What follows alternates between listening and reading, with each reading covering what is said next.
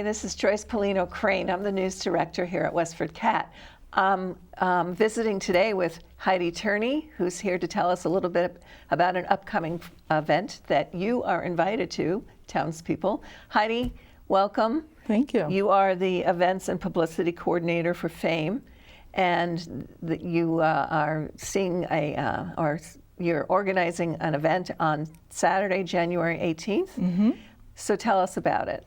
Yeah, it's a great event, open to the public and to the community here in Westford. F.A.M.E is a grassroots nonprofit organization supporting music education in our community and our schools. And this is the second year we're doing a collegiate a cappella event as a fundraiser. It's one of our biggest fundraisers for the year. And we have a collegiate a cappella group coming from Northeastern University this year. Called the Northeasters. I think that's brilliant. Yeah, and it's exciting this year because it's a co-ed group. Yeah. Last year we had the Tufts Beelzebubs come, and they were all male group. So we're excited to have an a cappella group that's co-ed.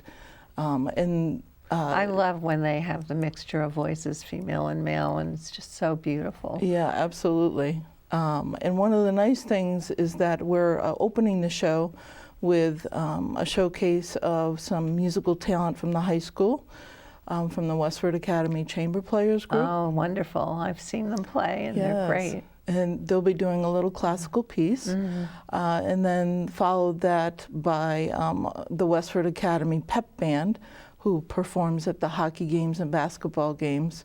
It's a smaller group, maybe 10 to 15 kids, different instruments, and they're also going to be playing for 10 or 15 minutes to help open the show. And then the a cappella group will come on and perform. And very exciting is the students in Westford, any student in grades 5th through 12th, is invited to participate in a workshop with the Northeastern.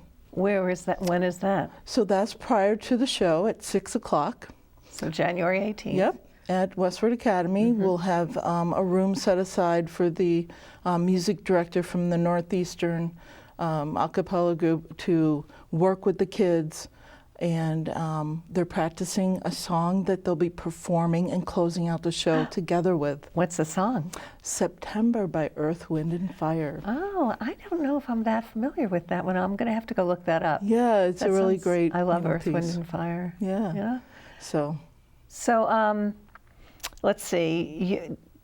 The F.A.M.E used to do a dinner dance. I went to it once. It was really elegant and lovely. What happened to that? So a couple of years ago, I think it's been 2 or 3 years since we've had that event, and we know it was a really welcome event for the community. And the Westford Academy Jazz Band would perform the entertainment for the evening, and then there was a catered dinner. It was a large fundraiser for us, but because the board has gotten so small, without the volunteers, we just aren't able to have the manpower to put on such a big event. So you said you're down to 5 board members? Yes. That's pretty low. Yeah. What was a typical number? I'd say 10 to 12, and then you would have other people in the community who were interested in music volunteer at the event. Maybe parents of a student who was in the band, kind of thing. But you know, it requires so many hours of work that we just can't do it anymore. Well, is it the actual preparation of the event, or is it that the board raising money? Yes. Oh, yeah. It was definitely a successful event for us. Several $1,000s were raised every year, and I think it really just came down to there wasn't enough people to, you know, handle the amount of hours that needed to make it a nice event. Yeah. Yep. So you're not only the Events and Publicity Coordinator for F.A.M.E, but you also are employed by Habitat for Humanity of Greater Lowell. Yes. And you are still the events coordinator. Yes, yes. You can tell I love events. Yes, you know, it's funny because my mom tells me a story that didn't you know, Heidi, when you were really little, you used to have a muscular dystrophy carnival in our backyard for the the town for like the local kids, and I had forgotten that. And so she's like, I knew you loved events way back when. Wow, it's showing your true colors. I guess. So, yeah, so I've been at Habitat for Humanity of Greater Lowell. It'll be 5 years in July. And, you know, all those years of volunteering with the PTO, I was fortunate enough to stay at home with my kids. And when they became older and didn't need me as much, I said, you know, let me get back out there. And I interviewed, and I really love working with Habitat and the people there, and it's a great mission. You know, we support low-income families, so they needed someone to plan their big gala and do other fundraising events. So it's been a really great fit for me. I'm able to, you know, still live here and work here, but also, you know, volunteer some of my time to another nonprofit. Yeah, that's really nice. So when is the big gala? So the big gala is our 13th annual Dream Builders Gala on Friday the 13th. Oh, so it's not far away at all. No. Oh. Yeah, and it's at the UMass Lowell Inn and Conference Center. Yeah, it's a nice facility. Yep, beautiful. And we have a nice sit-down dinner. We have inspirational speakers, you know, partner families that work with us, building their own home. They will be speaking at the event. We have all sorts of live auction items, silent auction and raffles and games. And I just wanted to say one quick thing, that the local community can actually support us even though they aren't able to come to the event, because our silent auction is by mobile bidding. You bid on your phones. That's so great. You can be in your living room with a glass of wine and sign up for the auction bid. That's great. So I was just going to ask you about the conference center event. What does it cost to attend? Sure. So it's $110 a person. That includes dinner, and I think probably 3/4 of that is a direct donation to Habitat, meaning that, you know, we have to pay for the cost of the dinner, but almost 100% of the funds go to Habitat directly to the mission. Yeah. There's also plenty of sponsorship opportunities. We have 5 different levels, from $5,000 to $200. We have special sponsorships available for people that want their logo on, you know, something on a podium or projected on the screens that night. We also have a program booklet that we do. We reach out to local and regional businesses for program ads, and they cost as low as $100 for a business card ad. So it's pretty affordable, and it's great publicity for them. We put a digital program booklet out after the event, so they can go to a website and see the flip book. And we put that out for 6 months. So an additional, you know, thousands of people will see that on social media. Tell me you have a staff, because I can't believe you're handling all of this. It's a big job. No. So the great thing about Habitat is we do have interns from UMass Lowell helping. So I do have an intern that had just started, and they're really my right-hand person during this event. Just the spring semester they're working with us. So how many do you have? Just one. Okay. You know, we raise over $125,000 on this event, which almost pays for a house. Yeah. Wow. Yeah, so it's a big deal. Yeah, that's amazing. Yeah. Tell us a little bit about volunteering in general these days, because you're sort of at the heart of it all. Sure. For volunteerism. What's going on that you see anecdotally? Sure. So I think I did a little bit of research, and I think what I realized is in Westford there's so many great nonprofits here that are really the cornerstone and the foundation of this community. And so many of them started out of a need and when there were budget cuts back in the 80s and earlier. From what I understand from talking to several people that have been volunteering for 20 or 30 years, I've volunteered over 20 years, but I know there's plenty of people that are still actively working and volunteering on boards that really want the next generation to step up and take those roles. and we're just not getting it. I'm really Really? not sure what exactly is going on, but there's over 200 nonprofits that are registered with the state in Westford. Now, Oh. I'm sure half of them aren't active. You know, you can set up a nonprofit, you know, but there are so many. I mean, if you don't get the volunteers from the next generation to step up, you will have to fold. You will have to disperse your money or fold it into another nonprofit.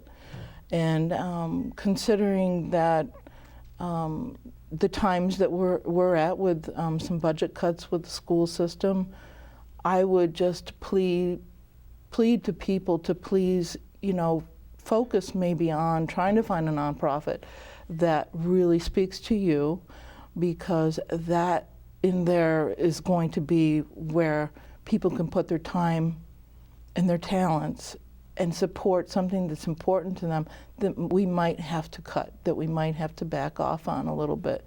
F.A.M.E was started in the 1980s during the time when they cut music programs. Right. And we're still alive, but barely. We do fundraise every year to make sure we have the funds. We give over 15 to 20 scholarships every year to Westford Academy graduating seniors. And we can't do that without people. We can't do that without people making donations, supporting our events, and also volunteering, you know, on our board. Yeah. We've given away over $40,000. It doesn't seem like a lot, but it's you know, it's a couple textbooks for a student that's working really hard and dedicating their time over their tenure at Westford Academy, who are constantly out there in the community providing entertainment free for other events, other nonprofits. So it's really important for F.A.M.E to keep going. It is. I raised my children partly in Andover and partly when they were older in Westford. And before we left Andover, they had already, this was years ago, because my children are now 27 and 29, Okay. that they did away with the program, the wow. music program. My son, my older son, learned to play, they both learned string instruments, but wow. I never would have known that my son was interested or could be musically inclined had they not had that program when he was in the 3rd grade and he came home and, Mommy, I want a violin. Wow. And we rented one, and I thought, he'll never stick with this. We ended up buying him a violin, and he has it to this day. Really? He's a captain in the U.S. Army, and wherever he goes, he has he bought an electric violin because I had the original, and now he took that back with him. So yeah, I mean, it's very emotional for me, you know, to see that a program like that would not exist. It was such a loss for Andover, and nobody could get over it when they did cut it many years ago. So. Well, what will end up happening, you know, I'm not saying that's going to happen here, but what happens with these programs that don't have the support, it becomes an after-school program, and that's by a fee. So another fee. Right, and you know, that's kind of what's going to happen if, you know, people don't step into these roles where you have these volunteers from the community that have been volunteering for 20 plus years. You know, we want the new generation, we want new ideas. You know, you're talking about the Friends of the Library, WASA, all the PTOs still are in existence, but again, you see the same people volunteering. I would just plead that, you know, if you don't think you have time, you certainly can find a couple hours. And it's many hands make light work. And, you know, it's another way, you know, we're so tied to our screens. It's another way to socially interact with people, find out about what's going on in other areas of town. I always felt that it was kind of, I look forward to going to the meetings to learn what's going on with someone else's life or kids or, you know, what's going on in town. So. Oh yes, it's a wonderful way to stay connected. We're going to be wrapping up in a couple of minutes, and I wanted to give you a chance to, you know, tell the community whatever you would like to tell them. What would you like them to know? Sure. I would just like everyone to know that F.A.M.E is really important in this community. The biggest thing that I have learned, I have one child that's really into music, and without that music program in the high school, without her having the opportunity as an 8th grader to join the Westford Academy marching band, which is really an awesome thing. Any 8th grader out there that wants to learn to play marching band music, they're able to do that even before they get to the high school. Not a lot of people know that. That's great. That these kids who are musically inclined really need an outlet. And they know that once they get there, they're going to have a home at Westford Academy, the high school. There's so many great opportunities for these kids. So music education is really important. It's important because emotionally it helps with your brain development, and it's just really important for people to, if you can't be on the board, you know, support the events that are being planned, make a donation. You know, I would say that a lot of nonprofits have the same message. So there's certainly some other nonprofit out there that could use your help. So I would plead everyone to help out a little bit. This is so emotional for me. I don't even know why, but it is. I guess just remembering, you know, how important it was in the life of my son. Sure. Yeah, I hear you. Yep. So everyone out there, if you can spare a few hours, even once a month, join some kind of organization and volunteer, because Westford needs you. Right, Heidi? Absolutely. Thank you so much. Thank you for coming today. Okay. This is Joyce Pellino Crane for WestfordCAT News. Have a great day.